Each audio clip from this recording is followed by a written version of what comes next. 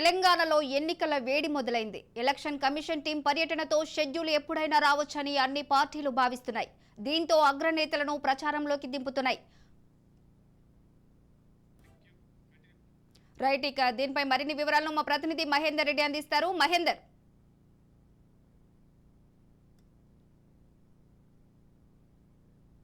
దాదాపు మొదలైంది. ఇప్పటికే ఎలక్షన్ కమిషన్ హైదరాబాద్ పర్యటనలో కూడా స్టార్ట్ అయింది. మరోపక్క ఆ ముఖ్య నేతలు కూడా హైదరాబాద్కు, ముఖ్యంగా తెలంగాణలో ఇక్కడ పర్యటిస్తున్న నేపథ్యం కనిపించింది. మొన్న సోనియా గాంధీ, రాహుల్ గాంధీ రావడం, నిన్న నరేంద్ర మోడీ రావడం, ఈరోజు ఆయన మహబూబ్ నగర్లో సందర్శించడం, నేడు నిజామాబాద్లోకి రావడం. దాదాపు ఇక బీఆర్ఎస్ పార్టీ అయితే ప్రతినిత్యం ప్రజల్లోకి ఉండేందుకే దానికి తగ్గట్టుగా ప్రయత్నాలు చేయడం, ఇవన్నీ కూడా ఎలక్షన్స్ దాదాపు దగ్గర పడ్డాయి. ఎప్పుడు కూడా ఇన్నాళ్ళు నెలల సమయం ఉండేది, దాదాపు ఇంకా రోజుల సమయం ఉండదు. ఇప్పుడు మాత్రం ఎలక్షన్ కమిషన్ హైదరాబాద్ ఎప్పుడైతే తెలంగాణకు వచ్చిందో అప్పటి నుంచి కేవలం ఆ రోజుల్లో వ్యవధి ఉన్న నేపథ్యం కనిపిస్తుంది. ఎప్పుడు ఎలక్షన్ షెడ్యూల్ అయినా రావచ్చు, ఏ క్షణానైనా రావచ్చు అన్నట్టుగా పార్టీలు కూడా ఆ ఎలక్షన్కు పూర్తిగా సిద్ధంగా ఉన్నాయి.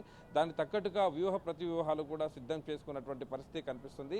ఇటు బీఆర్ఎస్ పార్టీ ఇక్కడ ఉండి కేంద్రంగా, తెలంగాణ కేంద్రంగా, ఇటు బీజేపీని, కాంగ్రెస్ను ఎక్కువ పెట్టిన అవకాశమే కనిపిస్తుంది. ఇప్పటికే కాంగ్రెస్ పార్టీ ఏదైతే ముఖ్యంగా హైదరాబాద్లో సిడబ్ల్యూ సమావేశం ఏర్పాటు చేయడం తర్వాత, ఇక్కడ హామీలు ఇవ్వడం తర్వాత, ఎస్సీ డిక్లరేషన్ ఇవ్వడం తర్వాత, దానికి తగ్గట్టుగా ఇక్కడ పూర్తిగా దానికి సంబంధించినటువంటి పూర్తిగా ఎక్కువ పెట్టి అక్కడ ఉన్నటువంటి వాళ్ళు ఇచ్చిన హామీలన్నీ కూడా వారు పటాపంచలు చేశారు. వాటిని కూడా ప్రజల్లోకి తీసుకెళ్ళి ఇవన్నీ కూడా అయితే ఆమోదం పొందేయడానికి అసలు అవకాశం లేనటువంటి హామీలు, కేవలం ఇవన్నీ ఎలక్షన్స్ సంబంధించినటువంటివి హామీలు మాత్రమే. మరి ఒకవేళ నిజంగా వీళ్ళు కాంగ్రెస్ పార్టీని, ముఖ్యంగా కాంగ్రెస్ పార్టీని వాళ్ళు మాట్లాడుతూ నిజంగా వాళ్ళకు బీసీ ఎస్సీ ఎస్టీ డిక్లరేషన్ అనుకుంటే, మరి కాంగ్రెస్ పార్టీ అధికారంలో ఉన్నటువంటి రాష్ట్రాల్లో ఎందుకు అమలుపరచడం లేదు?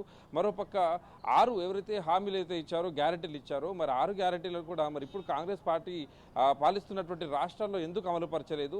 అక్కడ అవన్నీ కూడా విజయవంతం అయితే కదా ఇప్పుడు తెలంగాణలో వాటిని అదే మోతాదులో, అదే రీతిలో ఇంప్లిమెంట్ చేసి ఇక్కడ కూడా ప్రజల్లోకి తీసుకొచ్చేదానికి ఉంటుంది. కేవలం మోసపూరితంగా, కేవలం ప్రజలను మోసం చేయడానికి మాత్రమే 2 జాతీయ పార్టీలు కూడా చేస్తున్నాయంటున్నారు.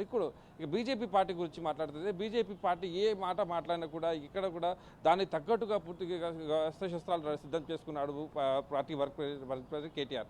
మరోపక్క హరీష్ రావు కూడా మరి నిన్న అయితే నిజామాబాద్లో, మహబూబ్ నగర్లో మోడీ పర్యటన తర్వాత అక్కడ ఆయన ఇచ్చినటువంటి హామీల గురించి కావచ్చు, మరోపక్క పాలమూరు రంగారెడ్డి మరి అదే జిల్లాలో అక్కడే ఉంది, మరి దాన్ని ఎందుకు పర్యటించలేదు, దానికి జాతీయ హోదా ఎందుకు కల్పించలేదు, మరి ఇవన్నీ మాట్లాడుతున్నారు. ఓకే, ఇటు బీఆర్ఎస్ పార్టీకి ఒక పార్టీని ఏదైతే వీళ్ళకు లాబింగ్ తప్ప ఇంకేం ఉండదు, ఇక్కడ పరిపాలించడానికి పూర్తిగా అనర్హులు అన్నారు.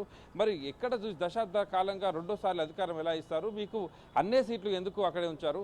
మీ పార్టీలోనే మీకు ఏకత్వం లేదు, మీ పార్టీలోనే ఒక ప్రధానమంత్రి వస్తుందంటేనే మీరే విడిపోయే వ్యక్తులు, మా గురించి, మా పార్టీ క్రమశిక్షణ గురించి మీరు చెప్తారా అన్నట్టుగా దానికి ఖండించిన నేపథ్యం. ఇక పసుపు బోర్డు గురించి కూడా, పసుపు బోర్డు అనే అంశం దాదాపు 10 దశాబ్ద కాలంగా ఉన్నటువంటిది. మరి అప్పటి నుంచి కూడా ఇచ్చేస్తే ఇప్పటికి ఎంతోమంది రైతులు బాగుపడేవారు. ఇప్పుడు ఎలక్షన్ వచ్చిన నేపథ్యంలో మరి ఇప్పుడు ఇవ్వడం అనేది మరి అన్నట్టుగా ఉంది. మహిళా బిల్లు కావచ్చు, మహిళా బిల్లు కూడా ఇటు కవిత పోరాటము, కేసీఆర్ లేఖ రాయడము, ఇవన్నీ కూడా చూస్తే మహిళా బిల్లు గురించి మేము ఇచ్చాం, దాన్ని అమలుపరుస్తున్నామని ప్రధానమంత్రి చెప్పిన నేపథ్యంలో మహిళా బిల్లు గురించి 2014లోనే ముఖ్యమంత్రి కేసీఆర్ లేఖ రాశారు. అక్కడ దశాబ్ద కాలంగా రాజ్యసభలో వీగిపోయినటువంటిది, అక్కడ ఆగిపోయిన దాన్ని ప్రవేశపెట్టాలని కోరుకున్నది మేము. మరి మీరు వచ్చి దాన్ని ప్రవేశపెట్టాము, దానికి ఏదో అద్భుతం చేశాము, ప్రత్యేక సమావేశాలు ఏర్పాటు చేసి కొత్త పార్లమెంటు ఇవన్నీ అడావిడి చేశారు తప్పితే మీరు చేసింది ఏమీ లేదన్నట్టుగా బీఆర్ఎస్ పార్టీ కూడా అందుకు తగ్గట్టుగానే వ్యాఖ్యలు చేస్తూ తగ్గట్టుగానే పూర్తిగా ఖండిస్తున్నటువంటి విషయం అయితే కనిపిస్తుంది. సో ఏదేమైనా ఎప్పుడు ఎలక్షన్స్ వచ్చినా కూడా పార్టీలు అయితే సిద్ధంగా ఉన్నాయి. బీఆర్ఎస్ పార్టీ మాత్రం ఒక అడుగు ముందుగానే ఉన్నట్టుగా తెలుస్తుంది. Right Mahender, thank you.